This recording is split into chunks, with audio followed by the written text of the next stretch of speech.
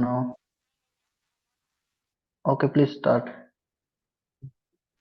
तर आपल्याला जे युनिट ॲड करायचं होतं प्रिव्हियस प्रोजेक्टमध्ये, तर त्याच्यासाठी मी केलं आहे सेटअप. म्हणजे व्हॉट इज जे युनिट काय, टेस्टिंग काय आहे, युनिट टेस्टिंग काय आहे, जे युनिट कधी हे झालं,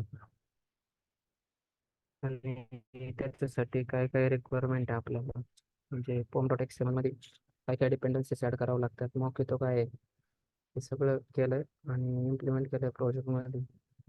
तर पहिलं पाहू आपण unit testing. Unit testing is a way to test smallest part of your code such a individual method और classes to ensure the work is perfect expected. म्हणजे युनिट टेस्ट एक वे आहे असा की त्यामध्ये आपण आपला कोणता पण आपण जो कोड लिहितो, स्मॉलेस्ट कोड फंक्शन, ते टेस्ट केलं जातं आणि प्रॉपर वर्क होतं ते चेक केलं जातं. तर त्याच्यासाठी आपल्याला एक पॅकेज बनतं. आपण जेव्हा स्प्रिंग इनिशियलायझरने पॅकेज बनवतो, त्यामध्ये ऑटो डिफॉल्ट एक पॅकेज असतं आपल्याला, SRC टेस्ट जावामध्ये ती फाईल असते.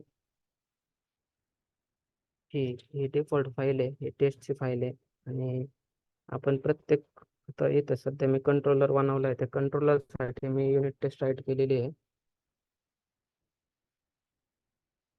युनिट टेस्ट ही माझी युनिट टेस्टची फाईल आहे.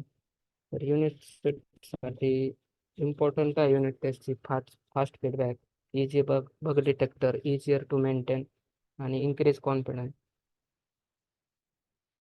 युनिट टेस्ट ही ओपन सोर्स जावा युनिट टेस्टचा लॉंग फॉर्म असा आहे की जावा युनिट म्हणून.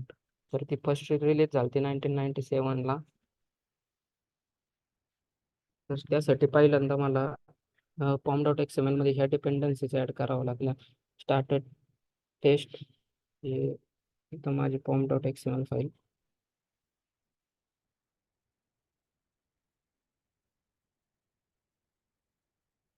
याच्यामध्ये ही डिफॉल्ट टेस्ट असते. याच्यामध्ये इथं जे युनिट ॲड करायचं, त्यामुळे मी इथं जे युनिट ॲड केले आणि इथं खाली मॉक येतो. जे युनिटचं व्हर्जन वगैरे सेट केलं आहे, 4 व्हर्जन मी यूज केलं आहे या प्रोजेक्टमध्ये. आणि तर मॉक येतो काय, mock which unit create mock object. It allows you to test code in isolation by simulating behavior of dependencies, service repository without using actual implementation. तर हे मॉक डिपेंडन्सी ह्या पण मला ऍड करावं लागल्या. इथं मॉक एवढ्या माझ्या डिपेंडन्सी आहेत. I have one question. त्यानंतर याचे डिपेंडन्सीज तुझे ऍड केल्यात आता, व्हर्जन्स वगैरे स्पेसिफाय केले, तर ते बाय डिफॉल्ट येतं आपण ज्यावेळेस स्प्रिंग इनिशियलाइज करतो त्यावेळेस, की नंतर आपल्याला मॅन्युअली त्या ठिकाणी इम्पोर्ट करायला लागतं? मॅन्युअली इम्पोर्ट करावं लागतं, पण ही जी आपली हे जे असतं स्प्रिंग बूट टाटा टेस्ट, हे आपल्याला डिफॉल्ट भेटते. आणि बाकीचे जे असतात युनिट, जे युनिट आणि मॉक येतो, ते आपल्याला मॅन्युअली ऍड करावं लागतं. ओके ओके, या यू कॅन कंटिन्यू. तर पहिल्यांदा टेस्ट क्रिएट करण्यासाठी आपल्याला STS ओपन करायचं आणि SRC टेस्ट फोल्डरमध्ये एक फोल्डर क्रिएट करायचं. जसे आपण मेन पॅकेजमध्ये बनवतो तसेच इथं पण फोल्डर क्रिएट करावं लागतात आपल्याला टेस्टमध्ये पण. इथं मी बनवलं आहे कंट्रोलरसाठी, आणि कंट्रोलरसाठी मी टेस्ट केस राईट केलं. त्याच्यामध्ये काही ॲनोटेशन पण यूज केले जातात, त्याचं पण मी मेंटेन केलं आहे.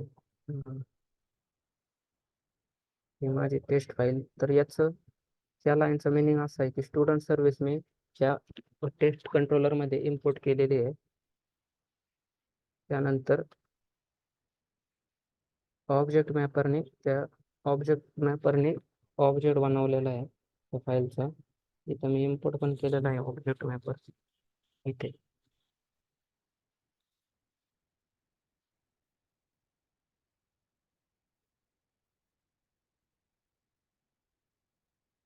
आणि यामध्ये एक फाईल इम्पोर्ट केलेली आहे स्टुडंट कंट्रोलर, आणि त्याची माझी फाईल आहे मेन स्टुडंट कंट्रोलर, ज्यासाठी मला कंट्रोलर क्लास टेस्ट केस राईट करायची. हा माझा कंट्रोलर क्लास, त्यामध्ये मला इम्पोर्ट करावा लागतो पहिल्यांदा तो. इथं मी इम्पोर्ट केलेला आहे class mock web MVC test या annotation.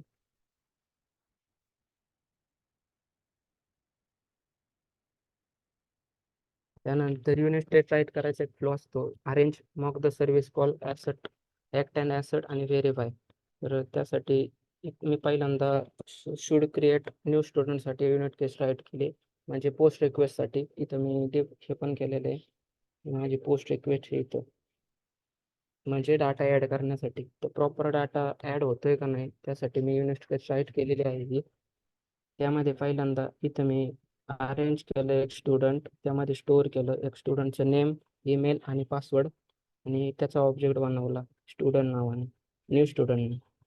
त्यानंतर इथं मी सर्विस सर्विस इम्पोर्ट केली, सर्विस. त्यानंतर इथं त्याला अरेंज केलं स्टुडंटला, म्हणजे स्टुडंटचं नेम एक्सपेक्ट काय आपल्याला त्यासाठी, आणि इथं खाली व्हेरीफाय केलं स्टुडंट टेस्ट केस ही रन होती का नाही त्यासाठी. पहिल्यांदा रन करण्यासाठी इथं स्टेप आहेत काही. राईट क्लिक करायचं स्टुडंट कंट्रोलर टेस्टला आणि युनिट टेस्ट म्हणायचं रन. तर पहिले टेस्ट रन करून बघू आपण. ही माझी पहिली टेस्ट आहे. त्यासाठी टेस्ट अॅनोटेशन मला ॲड करावं लागलं. प्रत्येक जिथे मी टेस्ट केस राईट केली आहे त्यासाठी मला टेस्ट अॅनोटेशन यूज करावं लागलं प्रत्येक टेस्टसाठी. तर ही माझी पहिली टेस्ट केस आहे. रन ॲज ऑप्शन आहे युनिट.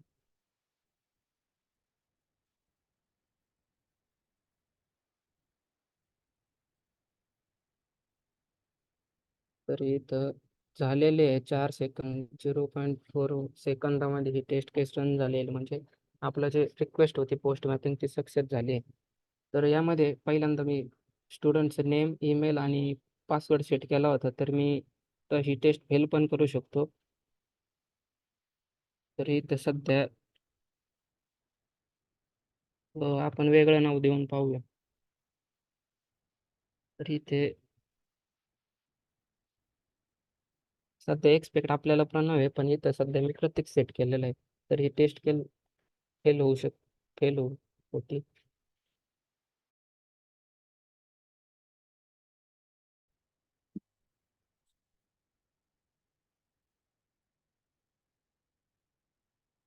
तुम्ही पाहू शकता, तुम्ही एक्सपेक्टेड प्रतीक आहे पण इट वॉज प्रणव, त्यांनी एरर शो केला. म्हणजे आपण अशी टेस्ट केस फेल पण करू शकतो.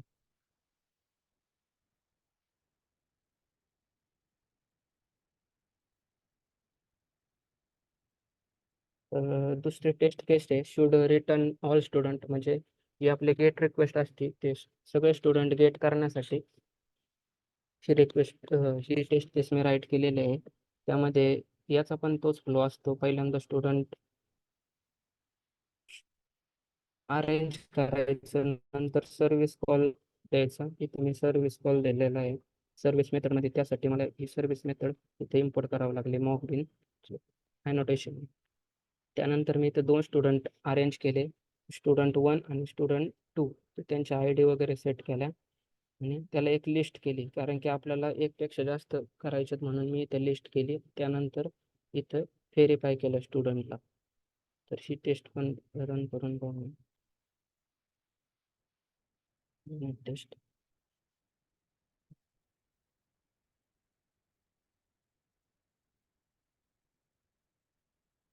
युनिट टेस्ट रन झालेली आहे. तर 0.367 सेकंद लागले ही टेस्ट केस रन व्हायला. तर इथं मी 2 स्टुडंटचं रेकॉर्ड केलं आहे.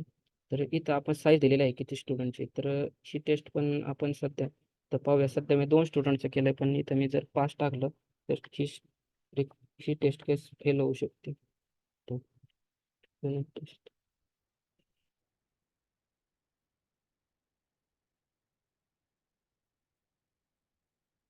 एक्सपेक्टेड 5 आहे बट इट वॉज 2. 2 स्टुडंटचं रेकॉर्ड ॲड केलं म्हणून इथं 5 दिल्यामुळं तिथं ती टेस्ट केस फेल झाली. इथं फेलियर दिसलं की एक फेलियर आहे, आणि एक टेस्ट रन केली.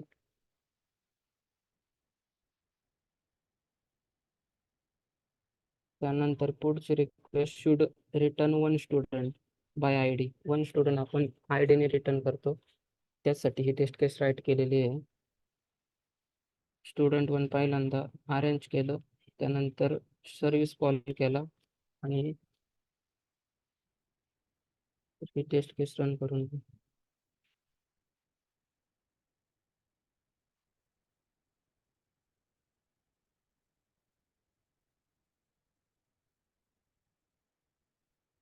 हे ग्रीन बार आला म्हणजे ही टेस्ट केस रन केलेली आहे, झालेली आहे. If actual result is not matched with expected result, then that will happen unit test console will display the failure. आपण पाहिलं टेस्ट केस फेल पण झाल्यानंतर इथे रेड बार येतो आणि सक्सेस झाल्यानंतर ग्रीन बार येतो. If actually result is matched with expected result, then what will happen? जे unit console will display the test case run one by one.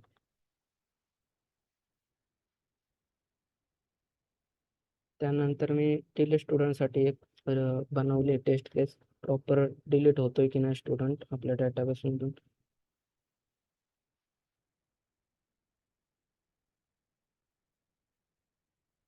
He taste केस पण रन झालेली आहे.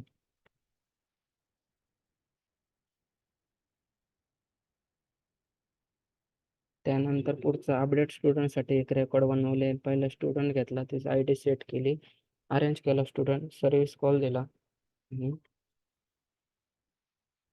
ही टेस्ट केस रन करून update स्टुडंटसाठी.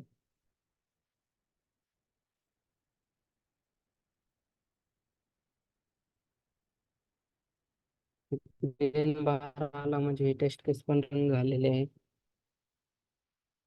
हे सगळं आपलं युनिट टेस्ट बद्दल होतं की युनिट टेस्ट म्हणजे काय, तर आपण त्यामध्ये आपल्या कंट्रोलरसाठी टेस्ट केस राईट करू शकतो की प्रॉपर आपला जो फंक्शन एक्झिक्यूट होतंय की नाही, त्यासाठी आपण टेस्ट केसचा यूज केला जातो.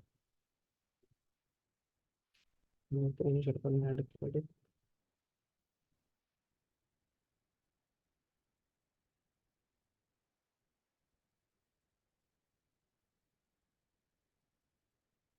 त्यानंतर logger log log what is logger? Logger is a total used to record application activities, requests, and errors during runtime. It is a crucial for monitoring the application, debugging, and maintain logs of event to future analysis. Why logger is important in Spring Boot? Debugging, monitoring, error tracking, audit tracking, trails. तर लॉगरच्या सहाय्याने आपण एक कन्सोलमध्ये print करू शकतो की आपलं proper code कन्सोलमध्ये request दिसते का नाही. म्हणजे आपल्याला तर प्रत्येक वेळेस डाटाबेसमध्ये चेक करावं लागतं, तर आपण कन्सोलमध्ये पण प्रिंट करू शकतो ते आपलं प्रॉपर, म्हणजे जसं आपण system dot out dot print करतो तसं. तर त्यामध्ये पहिल्यांदा लॉगर इम्प्लिमेंट करण्यासाठी आपल्याला SLF4G हे लागतं आणि लॉगबॅक हे डिफॉल्ट आपल्या सिस्टममध्ये जेव्हा आपण स्प्रिंग इनिशियलायझरने एक प्रोजेक्ट इम्पोर्ट करतो त्यामध्ये ऑटोमॅटिक येतं ते लॉगबॅक. ते फक्त आपल्याला इम्पोर्ट करावं लागतं. त्यासाठी ॲप्लिकेशन डॉट प्रॉपर्टीमध्ये कॉन्फिगरेशन सेट करतो आपण. तर त्यासाठी मी ॲप्लिकेशन डॉट प्रॉपर्टीमध्ये ॲप्लिकेशन डॉट प्रॉपर्टी, तर हे लॉगरसाठी मी केलेलं आहे logger level info spring debug आणि माझा पाथ दिलेला आहे. म्हणजे आपण कन्सोलवर पण प्रिंट करू शकतो आणि इथे होममध्ये डेस्कटॉपमध्ये लॉग फाईल बनवलेली आहे त्यामध्ये पण आपण डिस्प्ले होते की सगळं कन्सोलमध्ये जे रिक्वेस्ट होणारे असते सगळं इथे डिस्प्ले होते. आणि ह्या कन्सोलसाठी लॉगिंग पॅटर्न त्यासाठी मला ही लाईन ॲड करावी लागली. लॉगिन डॉट लेवल त्याचं मेन असं आहे, set the default log level for all component आणि इन्फो प्रिंट करण्यासाठी आपण यूज केलेलं आहे ते, आणि डिबग करण्यासाठी. त्यानंतर मी सर्व्हिस लेअरला लॉग इम्प्लिमेंट केलेला आहे. लेअर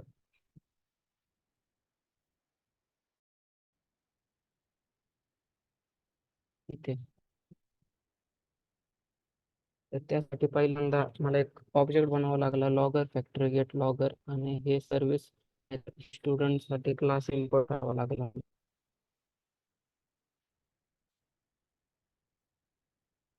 तर त्यामध्ये 4 फील्ड असतात. एक इन्फो, एक वॉर्न, डिबग आणि एरर. इन्फोचं मिनिंग असं आहे, general progress to success operation. जेव्हा आपण काही सक्सेस झाला असतं त्यासाठी आपण इन्फो देतो, आणि वॉर्निंग असेल वॉर्न देतो. डिबगिंगसाठी डिबग प्रॉपर डिबग होत आहे की नाही, आणि एरर एरर आपण एक्सेप्शन.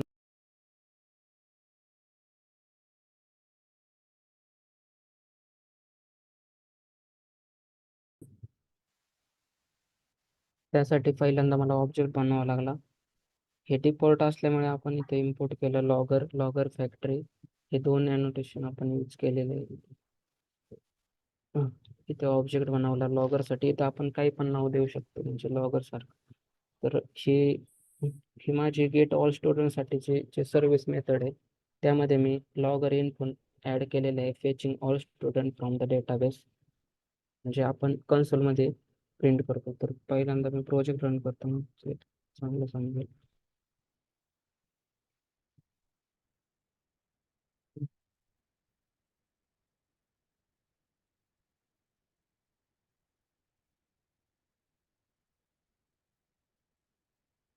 बरं.